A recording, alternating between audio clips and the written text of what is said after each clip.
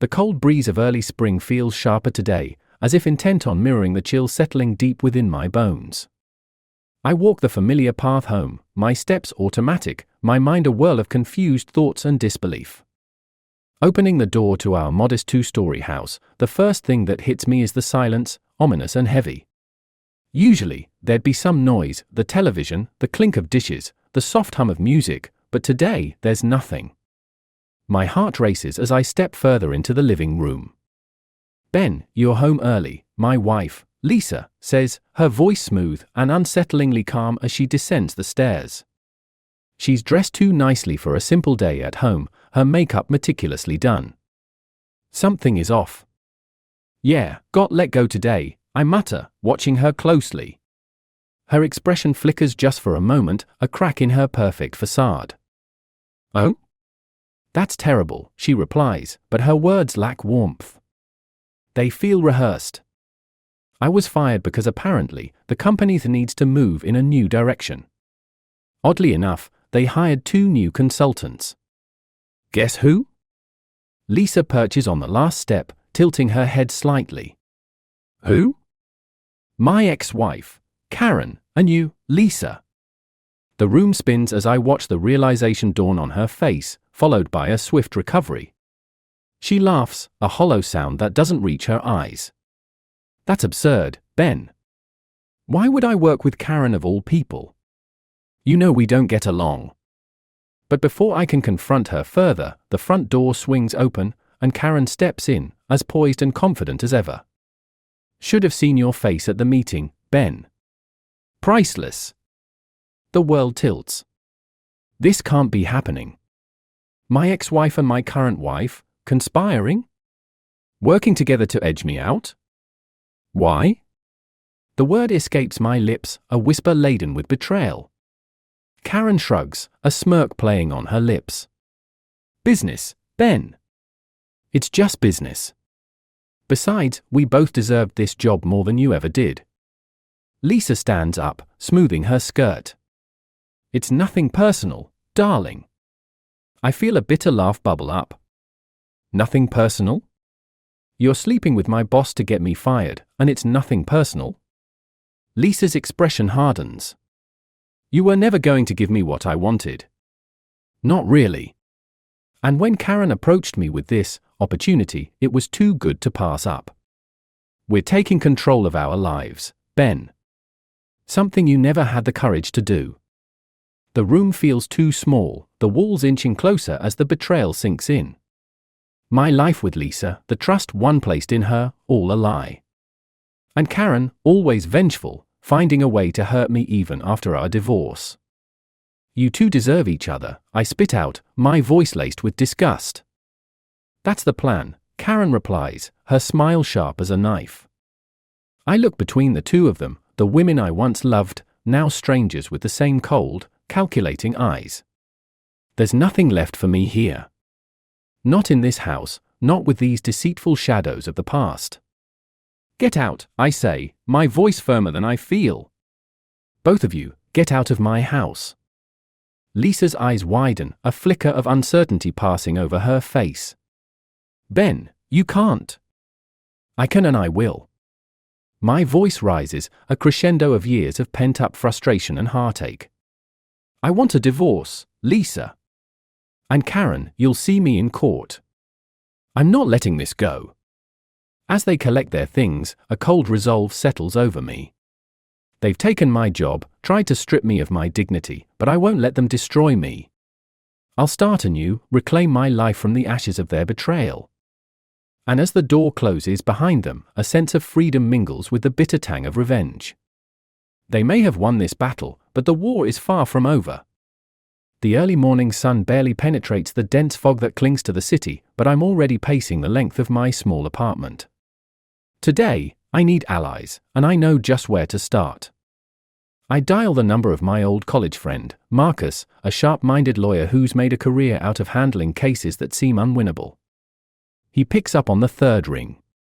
"Ben? It's been ages, man. What's up?" "Marcus, I need your help," I begin, my voice urgent. "It's serious. Can we meet?" Of course. Coffee shop on 5th in an hour? Perfect.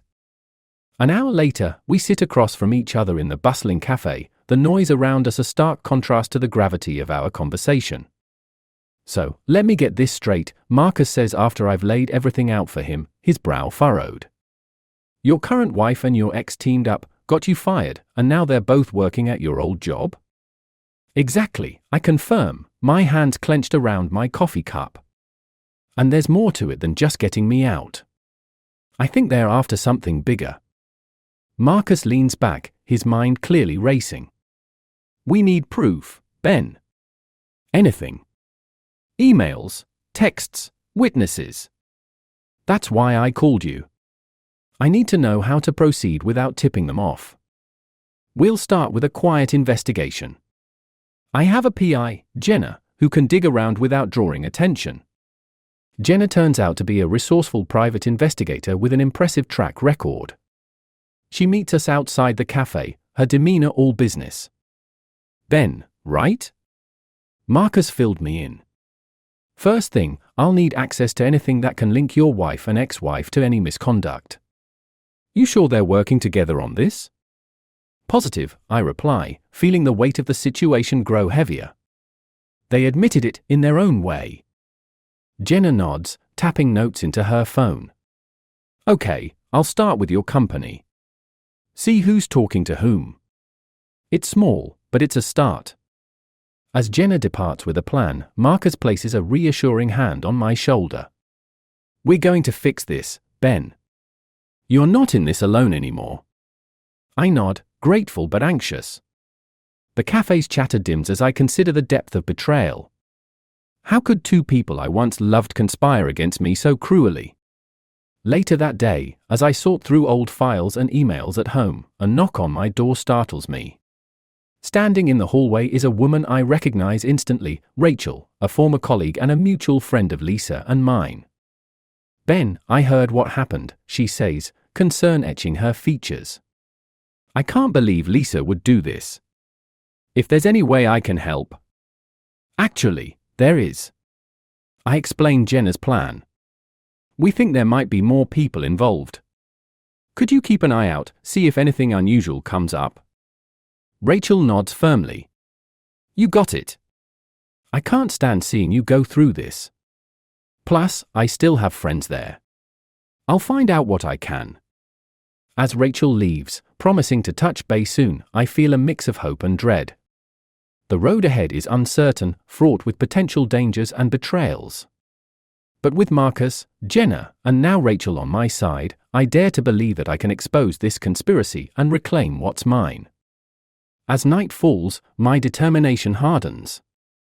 Lisa and Karen have ignited a fire within me, one fueled by betrayal but aimed toward justice. And as each piece of the puzzle begins to fall into place, I know I'm ready to fight back. The battle lines are drawn, and I am no longer alone. The city pulses with life under the noon sun, but within the confines of a dimly lit diner, the atmosphere is tense. I sit across from Jenna, who's just returned from her initial reconnaissance at my former workplace. Her expression is grave.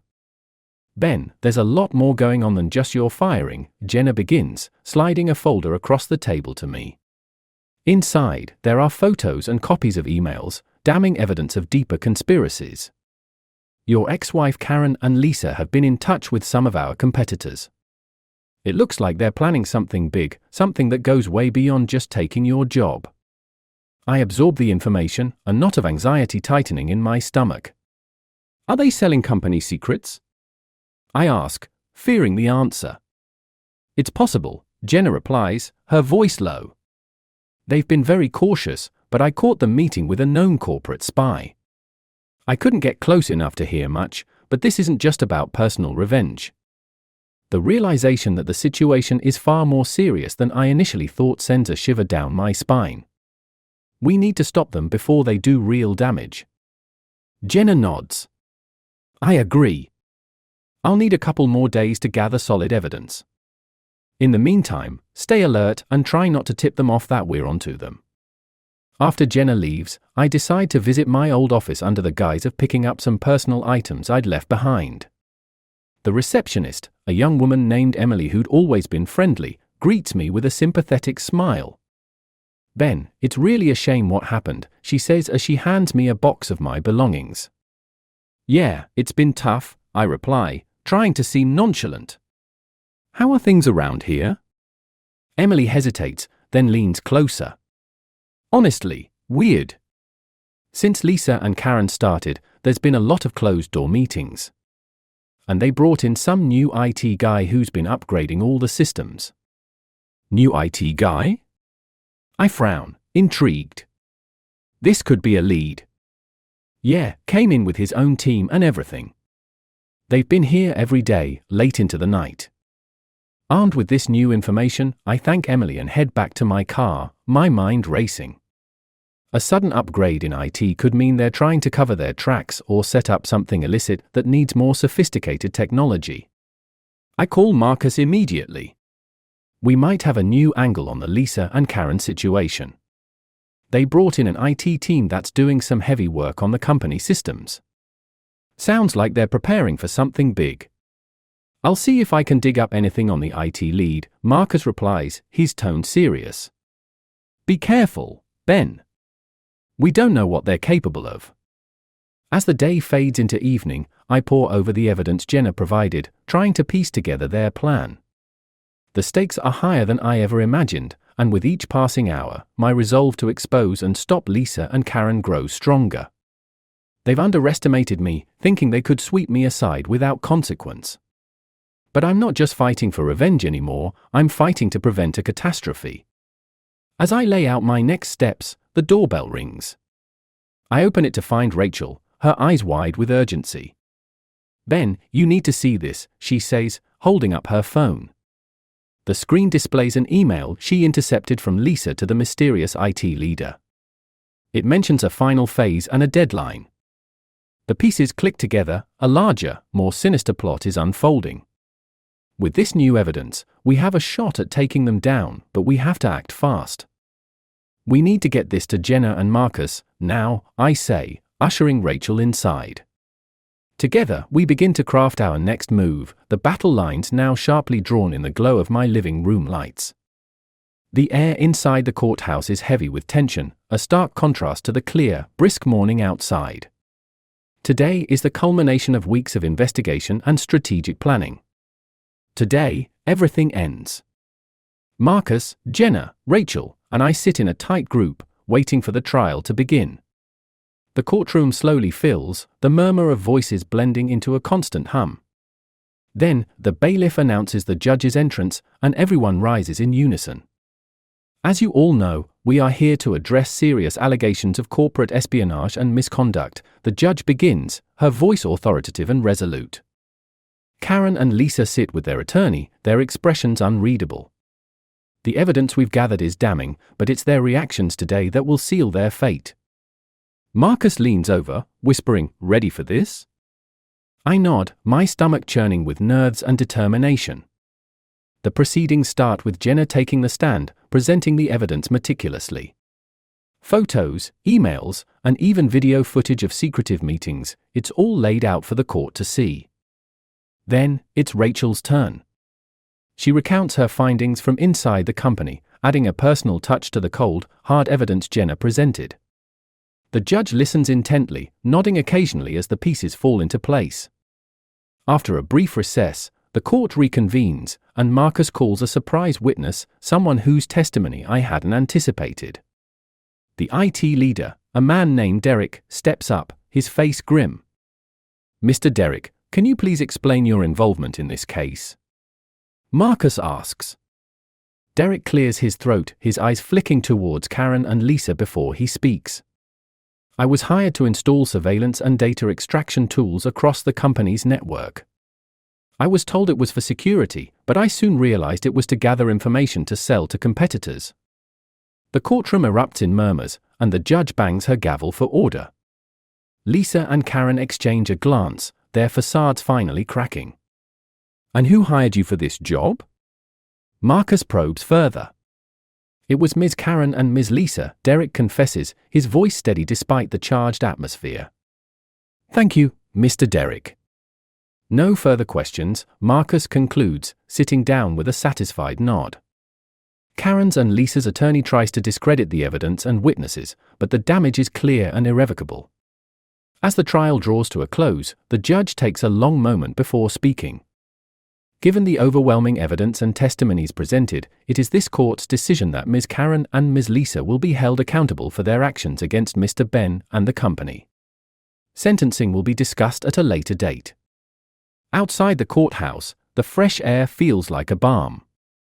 Marcus claps me on the back, a wide grin on his face. "We did it, Ben.